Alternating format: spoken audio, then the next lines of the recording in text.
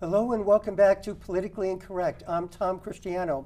Well, tonight we have an outstanding panel of town leaders and an editor of the Chelmsford Patch to discuss primarily Chelmsford issues. With me tonight we have Bob Morse. How are you, Bob? Oh, doing very well, Tom. Thanks for being back for your 10th time on the show. It's a pleasure. Yeah, it's double digits now, so it's quite an honor. Yeah, You're there. coasting from here on. And Bob is currently the chairman of the Community Preservation Committee. Correct. And it's been a long time you've been chairman and on that committee, right, Bob? Every year except for 1 year where Jim Lane was chair. Yeah. So since 2001. That's amazing. Are you sick and tired of it yet or no? It's enjoyable. It's work, but it's enjoyable. I think the CPA has done a lot for the town. Yes. And as the projects come in and the projects go out, continues to be fun. And we have many projects. The CPC is going to come up at the town meeting this year, right? Mm-hmm. Which is going to begin next week. And so that's why you're here tonight. One reason to talk about some of those issues that the CPC will be involved with in terms of the funding of it. Yeah. And you also were on the planning board for many years, right, Bob? Yeah, 12 years on the planning board, yeah. Morse, of course. I remember your campaign button. Yeah, the signs, yeah. And you were a town meeting rep many years ago in my precinct 9. That's right, at that time. Any other committees you might want to mention that you're currently on? That's it, just community preservation. Great. Yeah, that's the lone one. That's plenty, yeah. Yeah. Well, thanks for being here, Bob. My pleasure. And we have my friend Paul Haverty with us tonight. How are you, Paul? Good, Tom. How you doing? Good, and thanks. The first time on the show, so I'm glad you could finally be here. Yeah, me too. I got a ways to go before I catch up to Bob and Matt, though. That's right. Both of them have 10. And as everyone may know, Paul Haverty is on the Board of Appeals here in Chelmsford. How many years have you been on that board, Paul? 5 years now. 5 years, wow. Do you like it? I love it. It's great. Wonderful. Yeah, and you're appointed by the town manager and the Board of Selectmen on that? Correct. Is that how it works? Yes. And you're also a town meeting representative, right, Paul? Yes. Yep. What precinct? Precinct 7. Precinct 7. And you're also an attorney, I understand, also an and attorney. you're working in office in what, Wakefield, is Yep. it? Regnante Stereo in Osborne in Wakefield. Wonderful. And How long, Oh, I'm sorry. Go ahead. how long have you been an attorney? 13 years now. 13 years. How do you like that? Oh, I love it. Yeah, Wonderful. it's great. I also wanted to mention I'm also the chair of the Zoning Bylaw Review Committee. Oh, wonderful. How's that Yes. going? When's Very the good. report going to come in or whatever? Well, it's not a report. It's just a Just ongoing? ongoing, updating of the zoning bylaws. We have a wonderful. consultant right now that we're working with. Wonderful. So some of the articles that will be in front of town meeting have come from the Zoning Bylaw Review Committee. Nice. Are you on any other committees at the present time? in Not town, anymore. or No, I a was board? on the Affordable Housing Plan Committee as well. Oh, But that committee is done. The Affordable Housing Plan's been approved. yeah. Well, thanks for being here, Paul. You're welcome. And we have the chairman of the Chelmsford Board of Selectmen with us tonight, Matt Hanson. How are you, Matt? I'm doing very well. Thank you for having me back. Great for your 10th time, Matt. Double right. digits along with Bob Morse. No, I wasn't tonight. sure if it was 9 or 10, but it is 10 now. Yeah, That's incredible. Keep that in Excel spreadsheet. I know. And in fact, you're going to be on our very next show 2 weeks from tonight because we're going to have our 18th anniversary show. And every anniversary show, we ask the town manager to come in and the chairman of the Board of Selectmen, school committee, and planning board. And as everyone knows, Matt is the chairman of the Board of Selectmen this year. Yes. So I That was invited Matt exciting. onto that show, and Matt accepted. And in fact, all the chairmen did, and Paul. So it'll be a lot of fun, hopefully. Yeah, no, I can't wait. If we don't get to anything tonight, we can We could talk catch about up that. then. Yes, yeah. And so you also are a town meeting representative, right, Matt? Yes, Precinct 1. I was just elected for the first time in Precinct 1 because I bought a house in Woodcrest. I've been That's in right. 5 previously. I just So landed that's a why you 3-year ran seat, but yeah. This year and did very well for I both think, offices. I think it helped that I was running for Board of Selectmen as well, so Your name certainly gets out there, and all those signs and everything. And yeah, you Yes. did great in both elections for selectmen and for the town meeting rep, which we'll talk about later in the show, the selectman race. And are you on any other committees currently in town? I know you're a liaison to many committees, which is maybe. In town, I'm not on any other committees. The only other committee I serve on is the Northern Middlesex Council of Governments. I'm actually the new vice chair of that wonderful. committee, and then I also do have the liaison Liaison. assignments. Who's the liaison to the school committee this year? That's a big assignment. This year it is Pat and Janet. Pat Pat Wojcik and and Janet Janet. Askenberg. Because I know you had been the liaison for a while on that committee, right? Yes, Which but is a big one. yeah, Janet coming from the school committee, she Yeah. wanted to be the liaison there, so I said that was fine. I think that's a great idea, yeah. Like when Jim came from the planning board, he became the planning board liaison. I lost that assignment, but you always switch it up and just take another one. So. Oh, that's nice, Yeah. yeah. How many liaison assignments do you have, Matt, this year, in addition to being chairman? I think now I have about six or Wow. so. Yeah, Historical Commission, Energy Conservation. I think I'm new to the Celebrations Committee, the Board of Appeals, NIMCOG, possibly one or two others. We just rearranged them all last night, so Yeah. it's going to take a little while to. And last night you had a 4-hour meeting, were you saying? Yes, Wow. we were there till I think 10 after 11. It was And how long. many people stayed in the audience? So did Andy stay from the? We had Andy and Molly were there. I got some historical mulch. Yeah. You got some historical mulch? Oh, From the Purple Beach From the Tree. Purple Beach Tree. oh, good, good. Certain people were there for certain issues. So at the very beginning of the meeting, I think almost every seat was filled, and then after you get through certain issues, 3 or 4 or 5 people leave, and by the end of the night, it's just the poor reporters. Yeah, In the and the room. selectmen and the town manager and the yes. secretary, administrative assistant.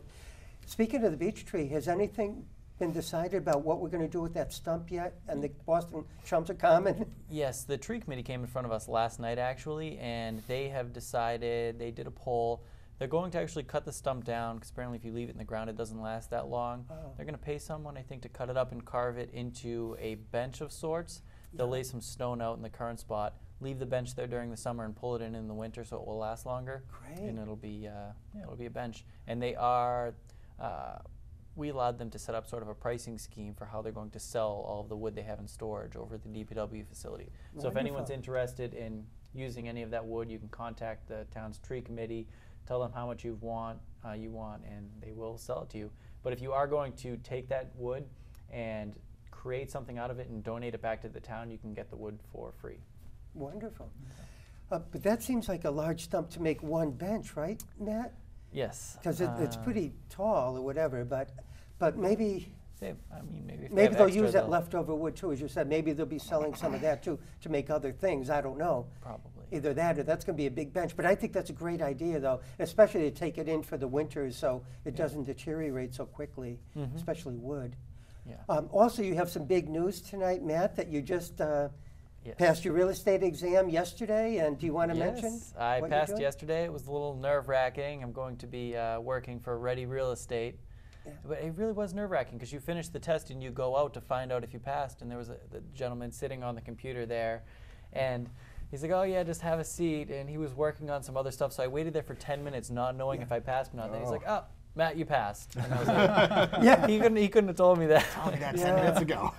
And so I'll be joining Ready Real Estate as of right now, essentially. Wonderful. So if anybody's interested in buying or selling a home, they could Yes, contact please you, let right, me know. Matt? So it's tough being a new agent, I Yeah. think, as you know. So And Very everybody excited. could find your phone number, your email address, right? oh and all yes, that. my personal cell phone is everywhere. I think in Yeah, town. My yeah. Ends every many- meeting. Many email addresses. Yeah, wonderful. so- Well, good luck with that, Matt. It's not an easy you. business, so I wish you a lot of luck with it. Thank you. I appreciate that. And we have for the first time on the show Andy Sylvia. How are you, Andy? Good Or to see Andrew. you. Andrew, Andy. I just hope by the 10th time we can choose one or the other if Yeah. I come back. I always call you Andrew because I never forget when we met for the first time at the North Town Hall, Chelmsford Community Center, when it had the grand opening.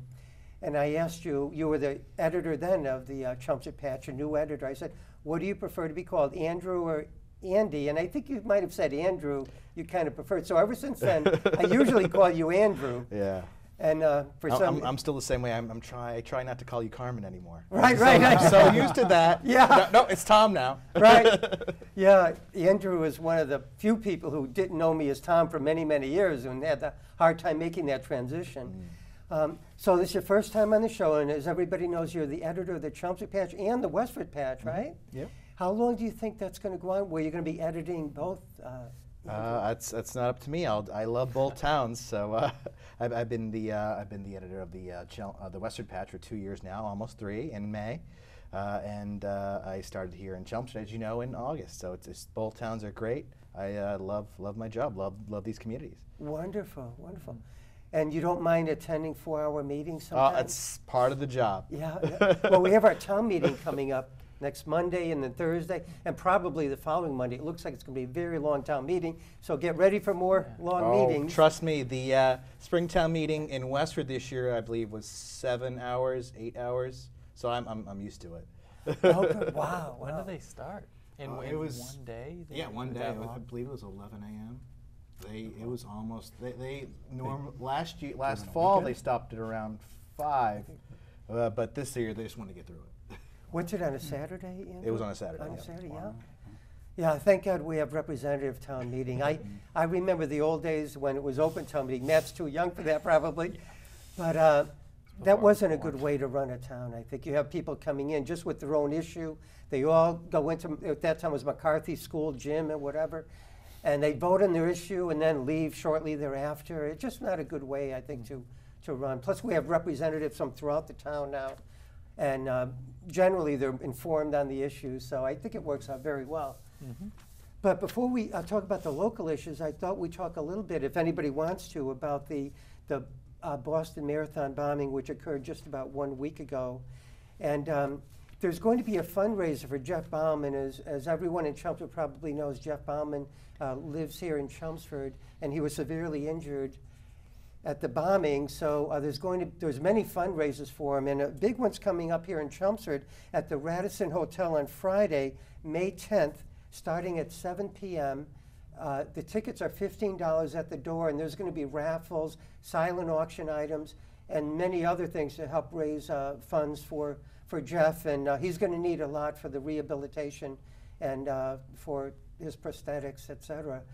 And there's many other events and fundraising activities going on for Jeff. And I would suggest that anybody at home, if you're not on the Chelmsford Reps and Residents page on Facebook, that you might want to join that, because we usually keep it updated, right, Paul? I know Absolutely. you see them. I do. And I try to update on whenever I manage that page. I created it many years ago.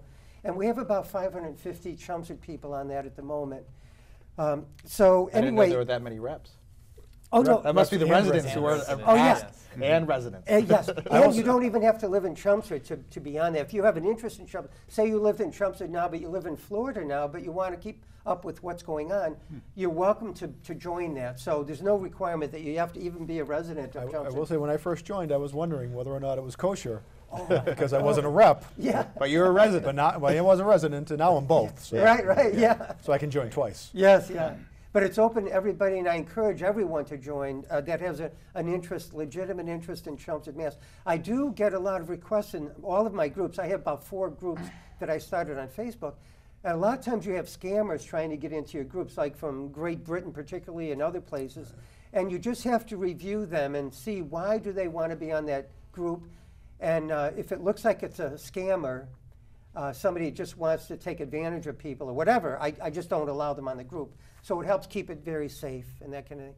And we got to get Bob Morse on Facebook someday in these groups, right, Bob? I've been resisting. You've been resistant, but someday we got to get you. I know the others are active on Facebook.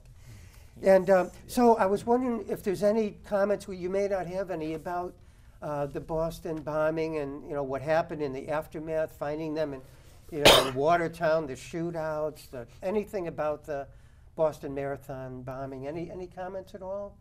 Well, it was certainly a riveting day on Friday. Yeah. I can't remember anything like that ever in my life. Yeah, that's true. It was an all-day lockdown and manhunt, something out of the movies. Yes. I know some of my coworkers were actually caught in the middle of that down there. The Watertown patch editor and one of our senior sales editors, was right near where it happened. He was detained by police for a little bit. Wow, yeah. It's frightening when people are in the middle of that stuff. Yeah, and I was instant messaging on Facebook with our director, Pete Padula's brother, Paul Padula, who was in the middle of it. He lives in Cambridge, and he was told, in no uncertain terms, to stay in the home at that time, and he was doing that, and he was very concerned about the whole event at the time. Fortunately, he was okay, and almost everybody there in the homes were okay, but some of the bullets and shrapnel went flying into the homes, right? Yeah, did you see all that on the news? Mm-hmm. It was amazing. It's hard to keep up with all the different things that were going on. Oh, it was amazing. Yeah. So much going on. So many different facets to the story. I found it kind of exciting in a way too, you know what I mean? But it was an exciting day, but geez. Thank God they found both of these perpetrators, these terrorists, and I think to it is good that they found one of them alive. I mean, obviously that doesn't help change the fact that they caused all this death and destruction, but hopefully we can at least have some answers for the families and individuals who are harmed if he's willing to talk at all. It might help bring some comfort to them to at least know why it happened and at least know that one of them was put to justice. And the other one was killed, of course, which we know. I find it hard to believe that they didn't have material assistance from someone or someones. So it'd be good to be able to use him to roll them back as well. Just goes to show how easy it is to do massive damage these days. Yes, right, because there was only, the small pressure cooker bombs, right, the two of them, and caused a huge amount of damage that day. But because of that, I and I think everybody else, or most other people, want to show that we're not afraid of people like that. We won't be terrorized. So I'm thinking of volunteering to help out at the Boston Marathon.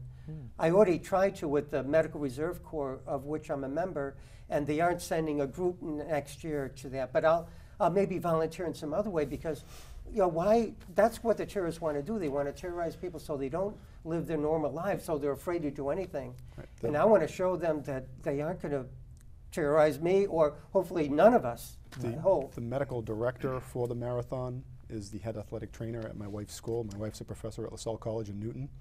She had a number of her students at the at the marathon in the med tents right at the finish line. Wow. So that was a really, really hard day for her, and it's been a very tough week for her as well. Yes, so as soon as that happened, I said to myself, well, and I think we've mentioned before, in the last year or so, I've started running a lot. Yes, well, I'm now in training to run the marathon next year. All right, all right.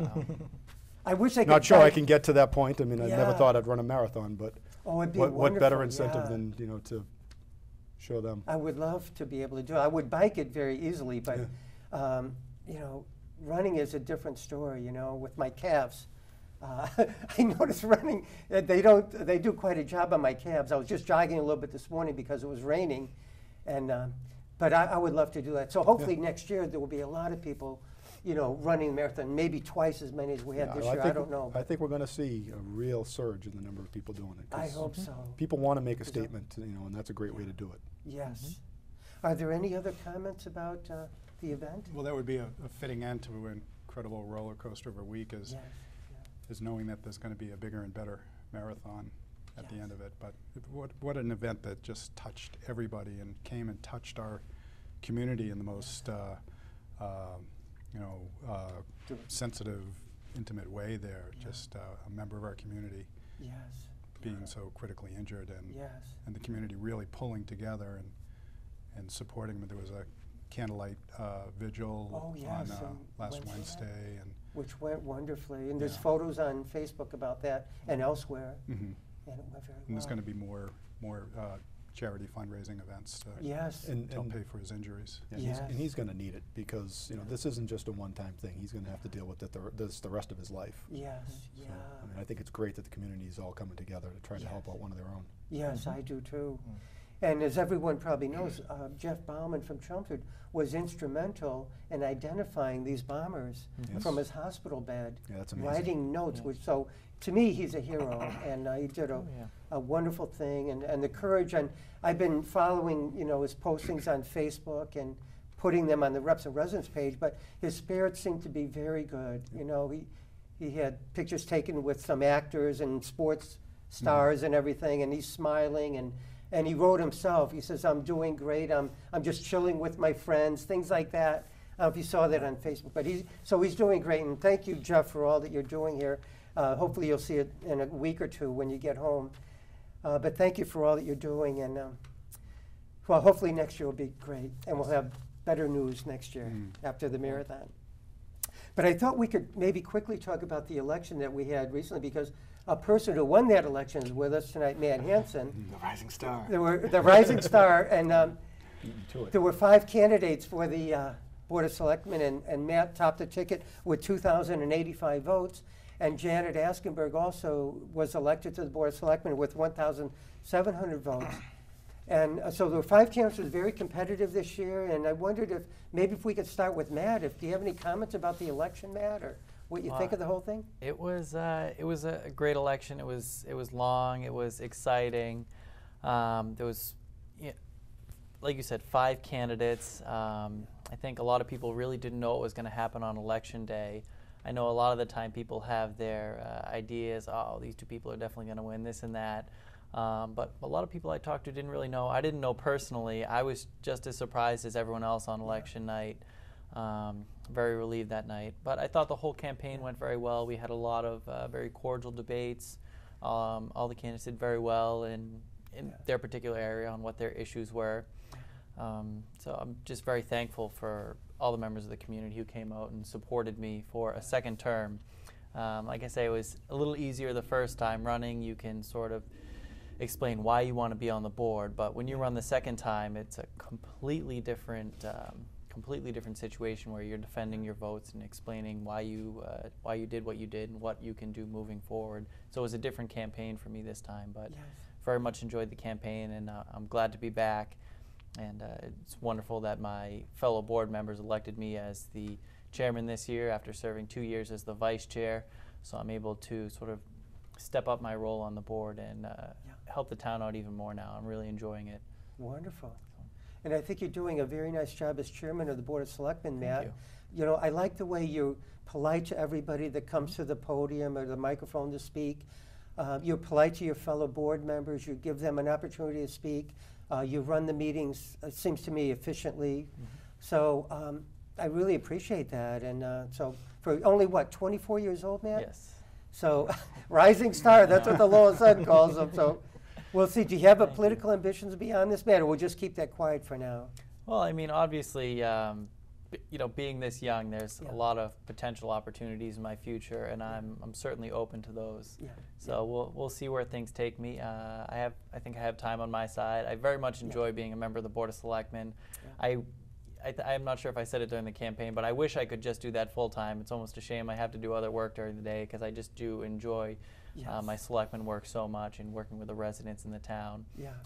So at least for the next 3 years. Close to a full-time job anyhow, isn't it? It really is. Some days I start working on things for the Board of Selectmen. I realize I've been working on for 5 or 6 hours. I've spent almost a whole day doing selectmen work and emails and talking to people and setting up a meeting. Or like just last night, I was at a meeting for over 4 hours. Yes. You know, I know what you mean, Matt. So. It's very time-consuming. People may not realize it. But when you add in all the phone calls you get, or the spontaneous conversations, the emails, the messages on Facebook, it just... Office hours that you hold. Office hours. Office hours. You're still doing that, Matt? I sure am. You do it once a week? Yep. Pat Ward just stopped by last week to chat, which was interesting to have one of my own fellow board members come by to my office hours. And you still going to do them at the Java room, or where? Yes, maybe at some point I might switch it up, but right now the Java room, it's worked well. They're open on Thursdays, and it's a very relaxing atmosphere. What time on Thursdays do you generally do them? From 5 to 6. 5 to 6, 5 to great. 6 on Thursdays. And anyone in the community can stop by, you know, to discuss any issue. But I am available at other times as well if you need to email or call, or just set up a different time if you'd like to talk in person. I'm pretty flexible. Wonderful. Well, are there any other comments about the election before we move on? It was definitely an amazing election. I was expecting it was going to be either Pat, Matt, or Janet. I wasn't sure which one it was, so I guess that's what my expectations were what happened. It was pretty close. Oh, it was very close. It was a very exciting election. Amazing how many debates there were. Yeah, it was good. That was typical, though. In fact, we used to have on this show for 15 years or whatever, I used to host a selectman debate. But I'm glad I don't do that now, because there are just enough, and we don't want to overburden the candidates, you know, with too many debates. So, you can only hear the same but I have the thing. candidates on individually on each show. Like Matt is one selectman in this show, so throughout the campaign we had all 5 of the candidates on this show. But yeah, I went to just about every debate and every campaign party. That there were 4 campaign parties of the 5 candidates. I went to every one, and Matt had a very nice one at the Princess Station. It was a fairly decent turnout too for basically you know, one contested seat and the planning board alternate seat. It was close to 18% turnout, which is better than other years. So that was good. I like to think Chelmsford politics continues to be a cut above other towns, and with excellent candidates like Matt, and I think that everything was above the board and nice, and and the selectmen and planning board and everybody just they don't seem to delve into the politics that other towns seem to get into or that you read about with infighting on the boards and, so much not passion really doing much. Yes. Yeah, everyone cares. Yes. Hopefully people will turn out next Tuesday. Yes, for our U.S. Senate primary voting. What's that, April 30th, is April it? 30th, On yeah. Tuesday, the polls open from 7 a.m. to 8 p.m. And hopefully everybody who has studied a little bit about the issues of the candidates will vote. I think people should be informed before they vote. It's my particular. Right. Otherwise, I don't think it's good to vote if you don't know what's going on. We'll try our Then- best to. Then you could. It'll be Yeah. interesting to see what the turnout is for this election. I think that the Yeah. marathon bombings have really taken a lot of steam out of the special election. Yeah. I mean, the Yeah. candidates Oh, yes, are completely off track in their campaigning. Yeah. You really haven't heard much from any of them in No. the last week or so. Yeah, So it'll be I did. interesting. I don't know if you saw, there was a debate on TV though last night with them, and so they are now they're starting. They're starting to ramp up again, but it's we're oh, I getting know. very close to the end now. There's not so Yeah. much left to do. Yes. Well, I'm going to get out and vote though. Are you guys going to get out and vote? Can you say? Absolutely. Absolutely, right. I don't think I've ever missed an election in the 36 years I've been in town here, but I want to keep that record up. Yeah. Just in case I run for president someday. I don't want somebody to say, poking back. oh, he didn't vote that year. Remember we had that a few years ago. Once in a while we have a candidate who hasn't voted for a while, and it came up. I won't name any names, but I know the candidates it came up with. So why don't we move on to, maybe we could start with Bob and Paul on Article 17 at our upcoming town meeting, which is beginning on April 29th. Article 17 would appropriate $2.1 million for the Chelmsford Woods Affordable Housing Project on Littleton Road. Who wants to start on that? Bob, I think, How is, about Bob? went through the CPC. It's coming with Sure. CPC funds? That Yeah, that's 2.1?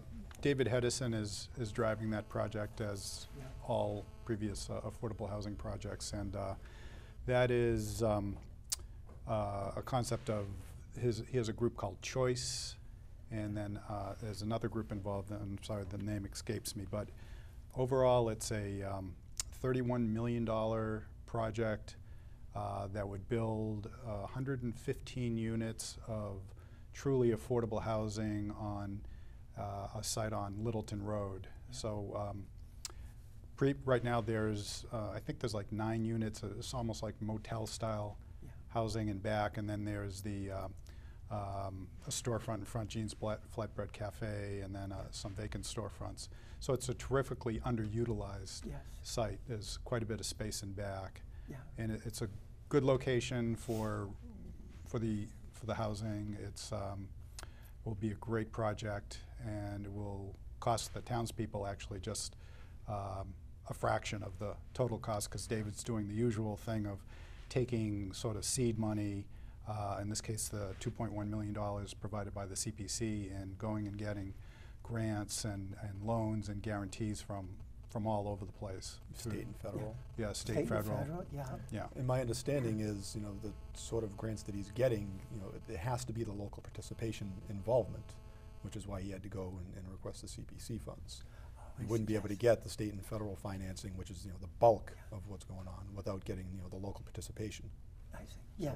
Town has to From buy some in. of the town, like say, having some skin in the game, you might say, right? Right. Which I think is always a good idea in anything, to get somebody to have some personal investment in something. And the location is one that was actually identified in the affordable housing plan as appropriate for affordable housing development. Obviously, you're going to have to be a site plan. It's going to have to be approved by the Board of Appeals, and I haven't seen anything having to do with that. Withhold judgment as to whether or not the site plan will be good or bad. But we did look at it before on the Affordable Housing Plan Committee, and said that site would be good for affordable housing. So it's good planning, for David to have chosen the site and moved forward on this project. And once something does get approved there, it gives the town leverage. The next 40B project that comes in the pipeline, the town will have been certified under its affordable housing plan. Yeah. And the town will be in the driver's seat as to whether or not it wants to approve it Yes. or deny the next Yes. project. Getting up to the 10% How many- threshold. Ultimately, getting up to the 10%. Yeah, getting close. Because these are all going to be affordable units, as Bob mentioned. 100% will count towards the And town's how many affordable units? housing. 115, I believe, is 115 or the something? number. Like Yeah. that? How many buildings? And how high will It's they a be? total of 5 buildings, 2 stories, and 2 stories, good. Not yeah. too high. That's good. yeah, the look of them will be. They will look lower. They will be physically lower than, I think, what is it, the Kensington? Kensington's That's first. just Yeah, down the road. those are pretty high. Yeah, and And the across the ladders street and even. everything. Oh, it's the Yeah. ladder trucks. So aesthetically, be it will good. be a nice looking complex. It's got a community facility in the middle of it for use by the residents. Like a building for them to gather, that kind of Right. thing? Yeah, for Any meetings other and- facilities, like a Is there a pool? tennis court, no, swimming pool? I or- don't believe so. I no, don't think yeah. there is. It may not have room for yeah. that. How many acre site is that? It's about a 9-acre site, I Oh, believe. that's pretty good Yeah, it's a size. decent sized site. Yeah. And it's all truly affordable. When a typical 40B project by a know. private developer, they're going to sell to the highest level of affordability, which is really unaffordable. 25%. Exactly, yes. And this is Yeah. going to be 100% affordable and at a whole different ranges of affordability, starting with, I think, 60% and then going down to 50, 40, and even 30%. Of income, you're talking about? Right, 60% of yeah. somebody's Right, income, yeah. of average Area income. median. Yeah. Right, it's Wonderful. 60% area median income Yeah. based upon a person spending not more than 30% of their income on housing. On the housing. And that 30% would go towards this, right, the rental? Correct. right? That's how Or they less, determine what the 30%. affordable rent is. Yeah, yeah, wonderful. Matt, did you say? I just want to say, I think the other important thing to mention about that whole skin in the game aspect is if you look at the return on investment, Yeah. we're investing around $2 million, and he's going to get 28 or 29 million in other funds because of that $2 million investment. If we look at all of the other projects David's brought in front of the town for the past few years, we haven't had anything close to that kind of return on our local funds. So to just be spending $2 million to get that type of return, I Right, think it is could cost $2 amazing. million to get 10 units of affordable Yeah. housing. Yeah, Yeah, and we're exactly. sure he's going to get this amount of money or before the building starts, right? Yeah. We know that, right? Well, We don't have yeah, to give if him the he- yeah, money. right, if he doesn't get it, then the project's The not going to go project- forward. He's yeah, not so gonna do- that's good, He's yeah. not going to do 115 units for $2 million. No, no, no. So He's gotta if get it's all the other approved at money, town too. meeting, and then David has to go and try to get the grant secured for the other 28 million or whatever. That's right. Then the plans have to be submitted to the planning board too, also, Board of right? Appeals. No. Board of Appeals. Not to the It's- planning no, board. it'll be 40B a is 40B. 40B. Oh, it's a 40B. I'm sorry, Yep. we didn't mention that term before. Yeah, I know all 40Bs don't go to the planning board; they go to the Board of Appeals. I'm sorry. Yeah, I guess. Which is another issue coming in front of the town meeting this year. Which one Oh, you're that's referring right. There's a warrant article Oh. to try to make the Board of Appeals an elected Oh, position. yes, right, yeah. Which- Well, just quickly, what do you think about that, Paul? Since you're on the Board of Appeals, Personally, I think it's a really bad idea. okay? And why? Because Yeah. the Board of Appeals is a quasi-judicial body. Okay. It doesn't make policy. I mean, the Board of Appeals is supposed to actually interpret whatever the rules and the regulations are that are applicable Yeah. and determine whether or not whatever project is in front of them. And usually it's something very small. It's someone putting a deck, or a small, Yeah. extension to their house. Yes. Does it meet the requirements? If it does, yes, you can approve it. If it doesn't, is there some sort of alternative relief that can be granted? And if not, they don't get to do it. Yes. Yeah. I think when you move to an elected position rather than an appointed position, you are Yeah. seriously diminishing the number of people willing to actually do the job. Not that many people are going to be willing to actually, go through the process of declaring themselves as a candidate for elections, setting up an election fund, Yeah. complying with election laws. Yeah. So you're going to have very, very few people that'll be willing Right. to do the position. Yeah. Would also make it very political, which you don't And it want. would make it very political. Exactly, which is what you want to insulate that sort of body. The planning board, on the other hand, is a policy-making body. Yeah. I mean, that's exactly what they do, which is why they should be elected. Yes. And as far as I can tell, there's only one Board of Appeals in the entire state that's elected. Yeah. And that's in the city of Taunton. Yeah. I didn't know of any. Yeah. So that's great. Well, that's what a basic Google search Oh, good. Good. turned up. Because I was wondering about that. Thanks for finding that out for me. That's all I could find, but it's not an easy thing to actually look up. But my understanding is that that particular article is not going to go forward anyhow because it wasn't Right. put in proper form. Yeah, remember we had something on Facebook that Right. Reps and Residents group that I was inquiring with Paul Cohn, our town manager, Because it requires with a- questions that It were requires given. a change of town charter. Yeah, charter, and then Paul wrote the answer there. So it's a good thing to be on that group if you want. But anyway, yeah, it's a great way to get information out there. Yeah, so this may not be allowed to be voted on at town meeting anyway, is what This you're saying, town meeting, right? but At this town meeting, nothing yeah. would prevent them, in the future from going and trying to do a charter change. Yeah, right. I'm not exactly sure what the process is for that. Yeah, it's more I extensive, think, right? I'm pretty sure it's significantly more Very, expensive. yeah. Yeah, we'd have to go through a home rule petition, I believe, Right. the legislature. I mean, the petition could probably be reworded and brought in the spring to Springtown meeting maybe, but I don't think believe it's we'll be able to advisable. vote on it now. Yeah. Wonderful. Well, before we go on to some of the other articles, I wonder if we could ask Andy a question about being editor of the Chelmsford Patch. How do you Sure. like it so far, Andy? Oh, it's great. Like I said before, Chelmsford is such a wonderful community. We were talking about the election before. Yeah. Over in Westford, they're having their municipal election, which will be on April 30th, on the same day as the April special 30th, yeah. election. And they're having their first contested selectmen election since 2008. Really? Wow. I can't imagine that happening in Chelmsford. No, I can't either. It's- That is amazing. So how many candidates do they have for how many positions? Over there are 4 candidates for 2 positions, 2 incumbents, and 2 incumbents? And then 2 people challenging Yep, the yep. incumbents? and one of them actually just moved into Westford this year, I believe. Really? So it's a That's amazing. Yeah, for the most part, the race over there stems from Westford's Article 30, which was, if you might have heard, it was an attempt to ban certain types of firearms and magazines and firearms. It became a Yes. Oh, a huge regional, issue. national issue. It stemmed from the Selectmen's goals for the year. And it just went on from there. It went Yeah. nuts. We broke the story, and at one selectmen's meeting, when the comparable meeting to what happened last night, town hall had to be closed because the fire chief said you're over capacity.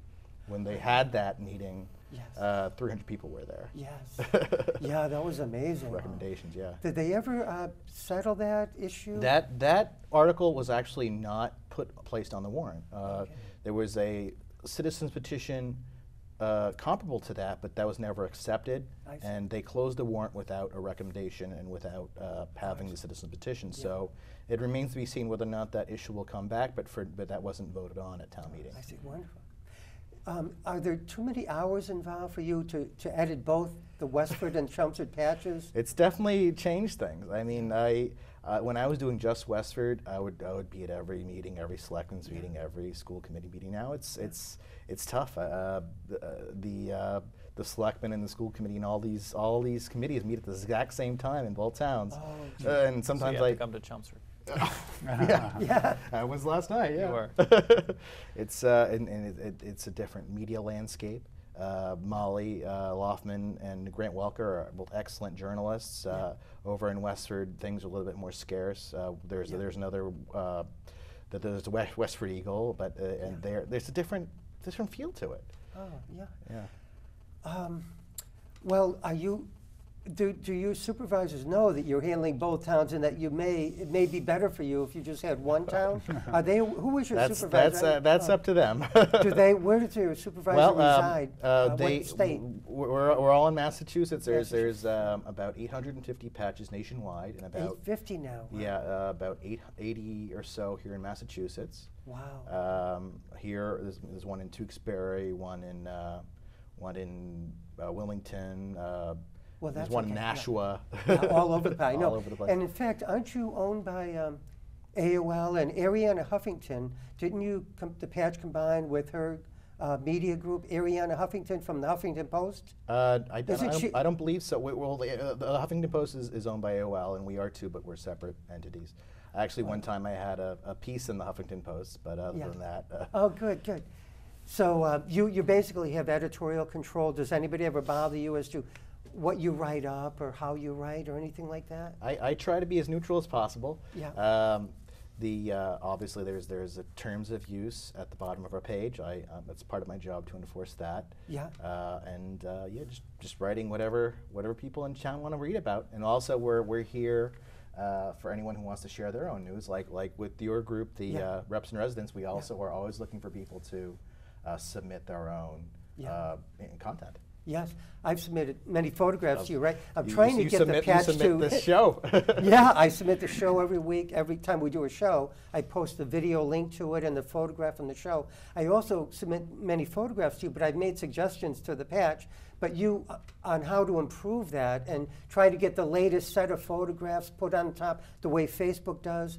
But somehow you aren't in charge of programming, right? So all you could do is submit it. I'm in charge of Westford and Chelmsford. Yeah, so and they just have a system that I don't think is set up the greatest the way it is now, right? For the picks and clicks that you have. But hopefully you could get that, they could change it eventually.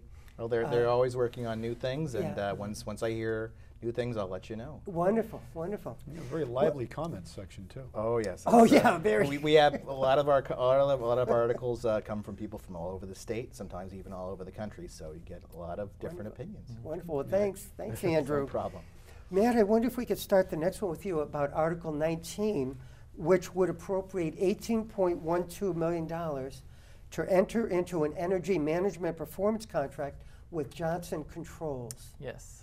Well, I think this is going to be amazing for the town of Chelmsford. I've been working on this project for about 2 years now through the Energy Conservation Committee in town.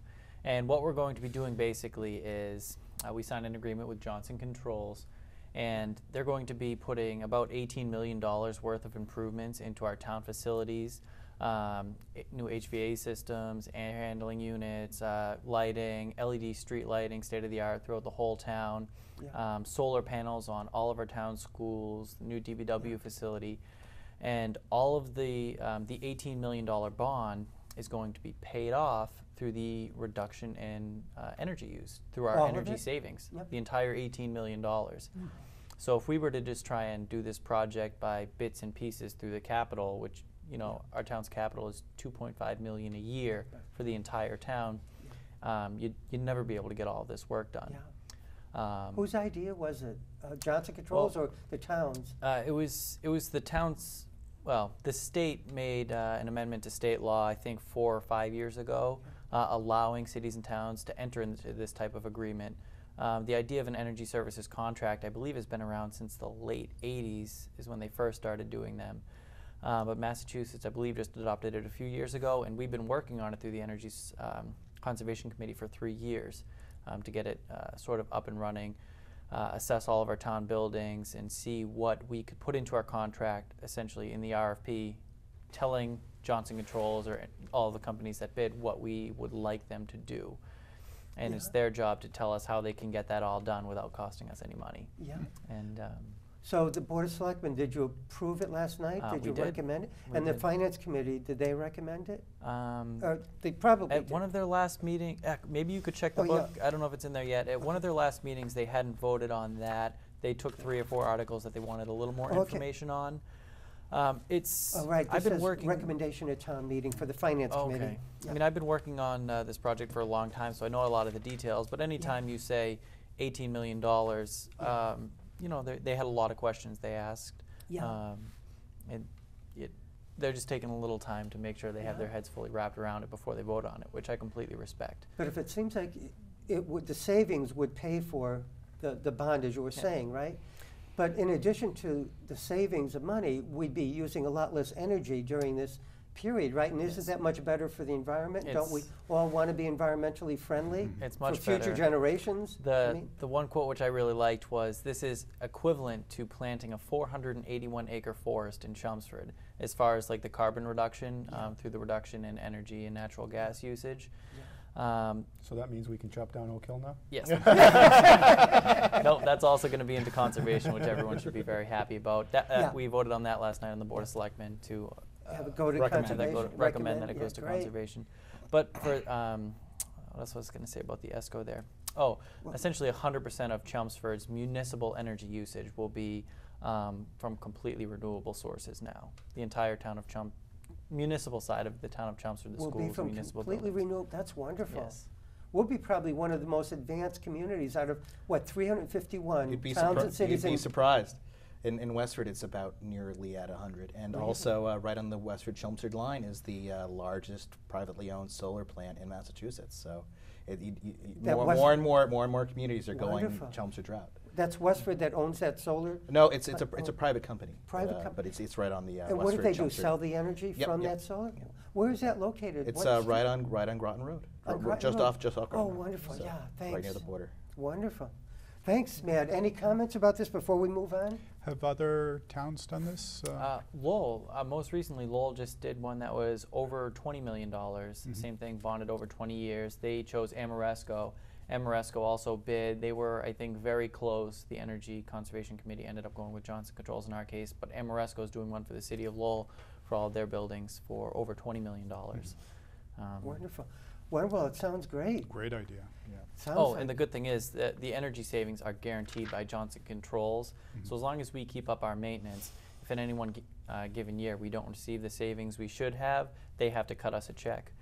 Well, I don't know who would vote against this at town meeting, do you? I don't know, but we'll see. How long will it take to actually recoup the expenditure? The bond will be paid off in 20 years, and we'll actually make a little bit of money during, in the very conservative estimates, we'll make a little bit of money during that time.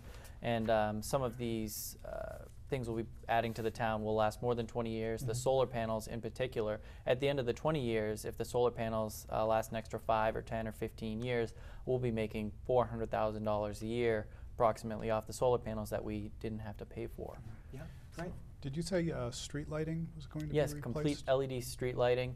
That's sort of contingent upon National Grid giving us a rebate. Right now we pay essentially a dollar amount per street light, whether we put in an LED or not, which wouldn't make sense for us to spend money on LED street lighting if they're going to charge us the same amount. But our word from National Grid is they're very close to coming up with a new arrangement for cities or towns. Essentially, they'll give you a new rate if you put a different type of bulb or head to your street lights. Well, let's hope so, because you're using a lot less energy that way. Yes. Great, thanks, Matt. Now, if we could start the next one with Bob, which is Article 18, Bob, would appropriate $1.2 million in CPC funds and authorize the borrowing of $800,000 for synthetic fields at McCarthy Middle School and at the high school.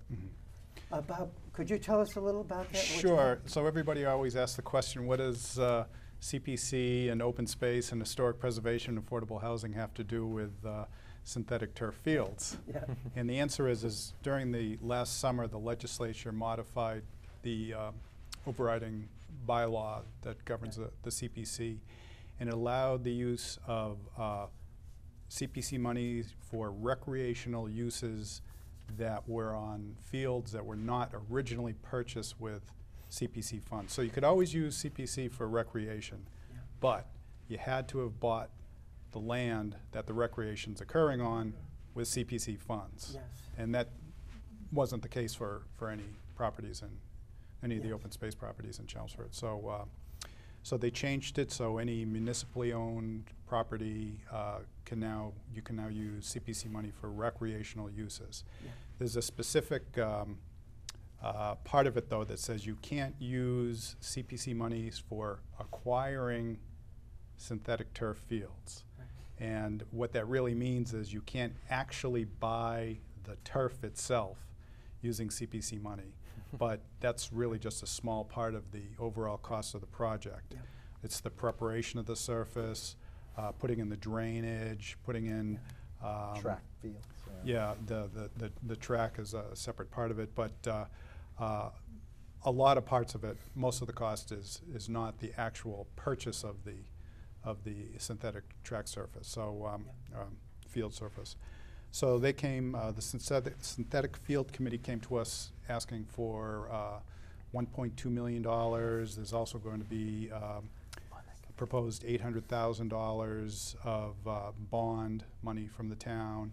There's an existing $600,000 that's in the capital improvement projects. Or there's $600,000 proposed for putting in a synthetic track at McCarthy. That's sort of part of the overall project. And then they would fundraise $500,000. Yes. And they're saying that the $800,000 bond would be paid off by renting out the various tracks. There's one at McCarthy and one at George Simonium Stadium for use. the fields, right? They would rent out the synthetic fields. I mean, yeah. Wonderful, Bob. Well, if I remember correctly, also they said that there would be an increase in the meals excise tax from businesses on Trum Hill Road. That would also be a benefit. Potentially, if we bring in large tournaments from across the state, because Chelmsford is ideally located with 495 and Route 3. If we bring in a lot of large tournaments, it'll bring people into our hotels, into our restaurants, and things like that. And we get some of that tax money there. It's an ancillary benefit. Well, our time is running out very quickly. Any quick comments about this synthetic fields article before we move on? Well, I think much like on the 40B project, again, this is an issue where the town has skin in the game. Yes. The private fundraising. I ran, the turf field 5K on Sunday. Yeah. There was a couple hundred people out there, supporting the town. Yeah. They had the toll roads set up, and I saw people left and right stopping and donating money. Yeah, over $12,000. $12,000 in donations. Yeah. So it's just wonderful to see how the town, steps up and participates in this sort of thing. It is. Yes. Wonderful. That's one of the committees I forgot to mention I'm on. Turf Fields Committee. All right. They just get lost. Well, you know all about this. Yeah. Well, we don't have too much time left, but Matt, I wonder if we could start with you on Article 20, which is the article will appropriate funds for the replacement of the clubhouse at the Chelmsford Country Club. Okay. Could you quickly update us Very and tell quickly. us what you think about this article, Matt? The agreement that the Permanent Building Committee and some of the residents there, particularly Gail Kruglack, came up with is a $350,000 proposal. It will rebuild the function hall and do some other minor renovations to the inside of the building. But that's really the country club is an important community asset. It prevents all of that land from being developed when we keep it as a golf club. Anyone from the community can go use it. And the function hall is a very important aspect of the golf club, because if they can't run tournaments there that have a function hall, it just diminishes the overall value of the club and the overall number of people who use it.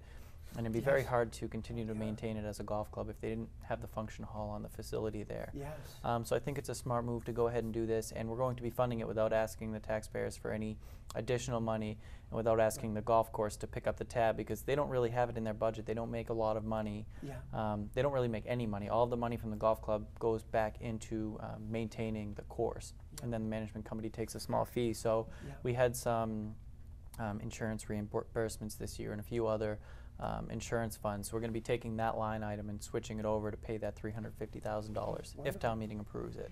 And it will be pretty much a single level, did I read somewhere? A building?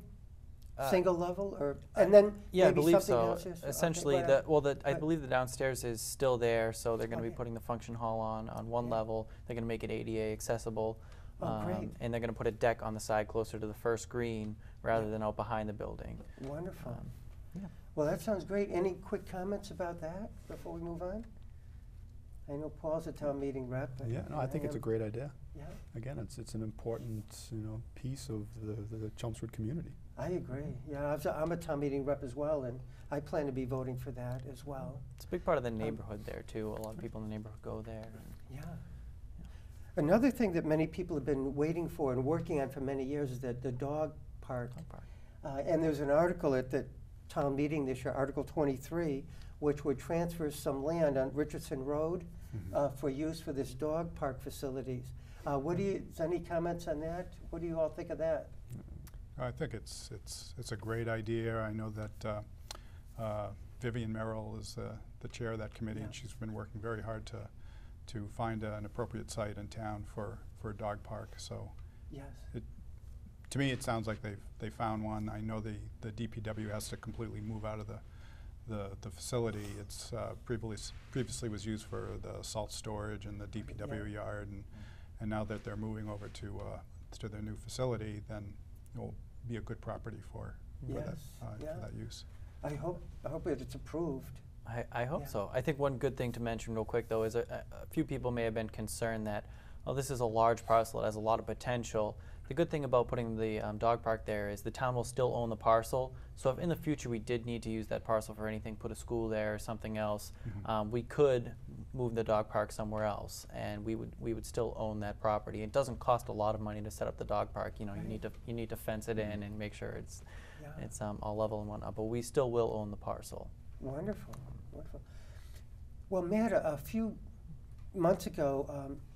our town manager thought we could have the wires in the center of town buried, right? And then we've been running into some problem, I think problems with Verizon. What's the latest on that, Matt? Now, are we ever going to get these wires buried in the center? You know, I hope so. I believe originally they were supposed to be in March. You know, the wires are underground right now, but we're waiting for them to take the poles down. There's been some hold up with that. I forget the exact reason, but the most recent word is by the end of May now, by the end of next month, the poles for the first phase should be down. There is still money left either in the National Grid or the Verizon account. So we're working with both of them right now to see if we can do a smaller phase. We don't have enough money to complete the entire Real Center area like we originally intended to back 15 or however many years ago when it was originally initiated. But we will probably be able to do one smaller phase, possibly, because we don't really know how to give the extra money back. So we'd like to do one smaller phase. By May, it might be done, that smaller phase? No, by May, the poles from the first phase will come down throughout part of the center. But then the wires will be down, right? Because what would the wires be on? All the wires, they use new wires, and there's new wires underground in the center, so they'll pull down the wires and the poles from the first phase. And there's still, I believe, about $7 million left in one of the accounts that wasn't used for the first phase, so we might be able to do another smaller phase on some part of the center, maybe over closer to the laundromat or closer to Fletcher Street. We're still trying to work that out right now, though. So some of that might be done by May, did you say, right? No, just the poles coming down from the first part. But those poles coming down are the wires as well, right? Yes. Okay. Yes. Well, You want those The poles poles have the down. wires. No electricity in the center. So I was trying to say that, but yes, the answer is yes. So maybe by the 4th of July celebration, parts of the center, and I imagine you're talking about where the Chelmsford Center for the Arts is and the Boston Chelmsford Common, I'm saying that. That area might have the poles down maybe by the 4th of July, and it should be down and look a lot better, I would think. We're really hoping. Unless it gets delayed again, it should be down before the 4th of July celebration, which we're really excited about. And the fire station construction is going to be starting pretty soon, right? In I believe a that's few months? going out to bid very shortly. If we didn't already put it might already be out to bid, or it's going out very shortly. Wonderful. May already be out. The bids might be already out. So. Great. Well, that's going to be a big project coming up in the next few months. We don't have too much time left, but we can't see. We have a big group shot here, but there's these coasters that we have with the Chelmsford Historical Society. Nice heavy coaster that we'll be selling at the 4th of July booth at the Chelmsford Historical Society and also at Lynn Marcella's Secretarial Center. There's 4 different designs. This is the tan one. There's one of these in black and some other designs. And we also have nice note cards, too, that were brand new this year that we'll be selling on the 4th of July and at Lynn Marcella's Secretarial Center. So I just wanted to remind everybody about that before we go. Are some of you going to the Chelmsford Historical Society dinner? Yes. That's on May 4th. It's our annual meeting and dinner, and begins at 4:30 that night. And the ones who are getting the Guardian Award this year is the North Chelmsford Village Association for all that group has done to help us preserve the North Town Hall. So thank you very much, Bob, for being here again. Hopefully you had a good time. It's been a pleasure, Tom. Great, thanks. You did a great job, and you do a great job with the CPC. Oh, thank It's a lot of work, I know, so I appreciate it. No. I'm sure everybody does. Thanks. And thanks a lot, Paul. Was it pretty good? Oh yeah, Fun? had a great time. I appreciate Great. it. I hope Thank it's you. the first of many, many times. Me too. And we're going to get you at the double digits before long. It'll be nice. You stay on the board, you stay at town meeting rep, I'll be inviting you on, that's for sure. Very good. Thank you, Matt, for being here for the 10th time. I appreciate it. Yeah, again, thank you for having me back. I had a great time as well. I'll see you next week. See you on the next show. It's going to be great. Our 18th anniversary show coming up. We'll have a cake and everything. So I was 6 when you first started doing this show. 6 years ago, wow. And I had here when we first started doing it 18 years ago. I'm losing mine now. So are you? Oh, no. Looks good still. And thanks for being here for the first time, Andy. Did you have a good time? Yeah, I'm looking forward to the next 9 times. All right, yeah. Gotta catch up with these 2. Yeah, and there may be more beyond that. Thanks, you did a great job. And thank you, George and Azora and Karen and our director, Pete Padula. If you have any comments on the show, please send me an email at tcristiano@comcast.net. Ciao.